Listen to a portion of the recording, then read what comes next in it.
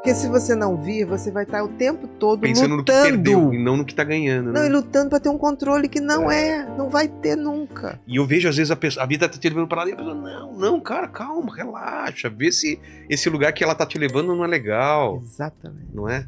Senão você sempre tá vivendo com o se aquilo tivesse dado certo, né? E aí é horrível, porque aí você vai ficar um ansioso crônico. Não tem como. A gente não... E a primeira coisa que um ansioso tem que saber, nós não temos controle de quase nada na vida da gente. Até do pensamento, às vezes a gente não tem controle. Exatamente. Isso é uma coisa que eu queria te perguntar. Ano passado eu tive muito esse problema com pensamento intrusivo. Não sei se é o nome Sim, esse. intrusivo. Mas cara, eu não quero pensar nisso. Negativo, repetitivo, que se impõe na sua cabeça. É isso. É horrível isso, porque você fala, eu não tô conseguindo controlar meu pensamento. Exatamente. O que tá acontecendo? E nunca tinha acontecido isso comigo. Vem. Porque o teu nível de ansiedade subiu demais. Tem a ver com ansiedade. Pensamento intrusivo significa que você está num nível de ansiedade muito grande, mas num patamar. Não é o pânico, porque o pânico você faz um pico agudo e volta. Sei. O pensamento intrusivo é como se você subiu aqui num gráfico, você está aqui e ele fica o tempo inteiro. É massacrante. Tem uma técnica para você evitar o pensamento? Existem técnicas, mas você primeiro tem que sair desse patamar. Ah, tá. Enquanto você não sair... Porque você tem que... É que nem você salva uma pessoa que está se afogando, você faz o quê? Você vai lá, tira ela. Você não fica, por que você tá aí? Ei, mas por que você foi pular se você não sabe nadar? Que absurdo! E a pessoa, ela fala, só me tira daqui primeiro, depois você lida. Você tem que estancar aquela hemorragia e tipo assim, bom, agora vamos trabalhar. Porque a pessoa que tá no pensamento intrusivo, tão grande, ele não consegue pensar outra coisa. Tem uma piada que é assim, a diferença entre a mulher que tá com você há mó tempo e o seu amigo. Seu carro quebra na marginal às 3 da manhã, você liga pro seu amigo e fala, não, tô aí, não sei o quê. Você liga pra sua mulher e fala, não avisei que era pra você, não sei o quê, pra trocar esse carro. Fala, tá, mas veio aqui então. Exatamente isso, entendeu? Então você sai desse patamar pra você baixa o mínimo, você tem que baixar esse patamar, porque senão você não consegue nem fazer técnicas de outros pensamentos. E descobrir o que te dá o gatilho pra ele também, ou não? Tem gatilhos que levam. Agora, o pensamento intrusivo já é uma coisa que vem crônica, ele vem vindo. O pânico, a ansiedade, quando ela explode, ela não nasceu ali. Ela vem um acúmulo. É um copo que vai enchendo. É um copo que vai enchendo. É desesperador. É muito ruim. Parece que é uma voz na sua cabeça, é uma coisa. E fala, não quero pensar. E quanto mais. É o lance não pensa no elefante. No elefante, tá na tua sala. Já exatamente. Tá aqui na cabeça. Não pensa. Quanto mais pensa, porque não pensa. Porque você tenta ter mais controle. Olha a coisa do o ansioso, ele tem ansiedade porque ele quer controlar. Aí quando você tenta controlar, esquece, não vai. Mas é deixar muito ir. louco isso. Você tenta ter controle, você tenta policiar o seu cérebro e aí fica mais difícil. Quando devia ser mais fácil. Eu sei do problema, eu quero evitar o problema, eu não consigo evitar o problema. Porque você ainda está contra a regra da existência. Eu não controlo. Eu me entrego à vida. Por exemplo, para mim, movimento de fé é eu me entregar até nesse momento. Salto de fé? Eu acho. Eu já tive muitas vezes que eu falei, não tem ideia do que eu vou fazer. Eu falei...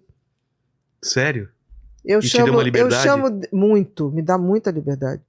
Porque assim, é admitir a minha incapacidade naquele momento, na minha pequenez. E eu falo assim, nessas horas eu chamo Deus de muita coisa. Eu chamo do designer do universo. Eu chamo Deus, nessas horas que eu falo, olha... É comandante. Eu falo, contigo. Comandante, a espaçonave está fora de controle. E vou te dizer, qualquer coisa que você fizer tá bom, porque eu não vou fazer mais nada que eu não tenho capacidade. E sempre tem um sinalzinho que eu falo assim, entreguei. Pra mim foi essa salvação, foi entregar e falar, eu não consigo. Meu amor, é aí que você começa. Eu não consigo. Sabe aquela piada do cara que tá procurando uma vaga no shopping? Sabe essa? Não. Deus, o cara, pô, tipo, 50 minutos não aparece vaga no shopping. E aquela rodando, ele fala, Deus, se você arranjar uma vaga no shopping, eu vou trabalhar pra você, eu vou falar de você, não sei o quê. Aí nesse momento começa a sair, ele falou, não precisa mais, Deus, acabou de aparecer uma vaga aqui. Obrigado, valeu! Olha isso. Não é maravilhoso? Olha isso, né? Você entrega, a vida te responde e você não quer. Não, você não admite. Não admite, né, que o sobrenatural. Que te ajudou. Né? Não, eu quando entrego. Eu quando entrego, mas como você chama isso? Coincidência, destino, eu não sei qual é a palavra. Mas eu Parece acho que tem algumas coisas que tem que acontecer, né? Eu não sei se é destino, não sei. Eu sei que quando a gente... Você acredita no livre-arbítrio. A gente decide as coisas. Entre aspas. Eu acho que o livre-arbítrio é bem limitado. Né? É bem limitado. Mas eu tenho que tê-lo e usá-lo da melhor maneira possível. Para não jogar a culpa nos outros. Eu decidi de jeito nenhum. Virar a esquerda em vez da direita. Eu vou assumir todas as responsabilidades. Agora, que existe alguma coisa que quando a gente falha tudo, para cada falha você entrega, tem alguma chance? Agora, se você não entregar, querido, não tem chance nenhuma. Ninguém é ateu no avião caindo, né, Lene? Não é? Exatamente. Quando o negócio aperta... Exatamente. Quando a porta torce o rabo, como os mais antigos. Fala aí, Lene. Ó, a Luana, ela mandou uma pergunta aqui, o seguinte, ó. Qual o futuro da psicologia? Tô na faculdade aos 42 anos, na Nova Zelândia, e fico ouvindo que a inteligência artificial vai me substituir. Eu acho que jamais. Eu acho que a psicologia, a psiquiatria vai ser a última, se isso ocorrer, dentro das especialidades, a ocorrer. Porque, assim, a inteligência artificial nunca vai conseguir fazer terapia. Nunca. Vai falar uma cambada de coisa. Talvez fazer diagnóstico de doença vai ser bom, né? Eu acho que vão lá e o diagnóstico de algumas doenças, sim. Eu acho que algumas cirurgias, sim, de robótica, né? À distância, né?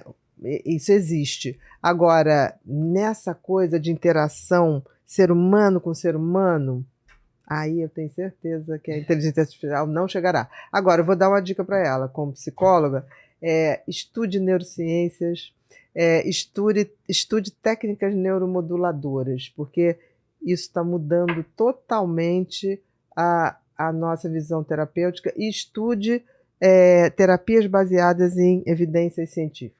Se você tem um filho que tem TDAH, redobrar a sua atenção. Por quê? Porque os estudos mostram que o TDAH tem maior tendência em se envolver com vícios de substâncias e também de comportamentos viciantes, como pornografia, vício em videogames, em jogos de azar, justamente porque esses vícios liberam dopamina. E todo TDAH tem uma deficiência de dopamina, por isso ele vai buscar nas drogas a dopamina que ele não tem. Então, muitas vezes ele se depara com esse fenômeno de usar a droga ou um comportamento de vício e se sentir bem por conta da dopamina que é liberada. Se você ou alguém que você conhece enfrenta esse desafio, conheça o curso agora mesmo.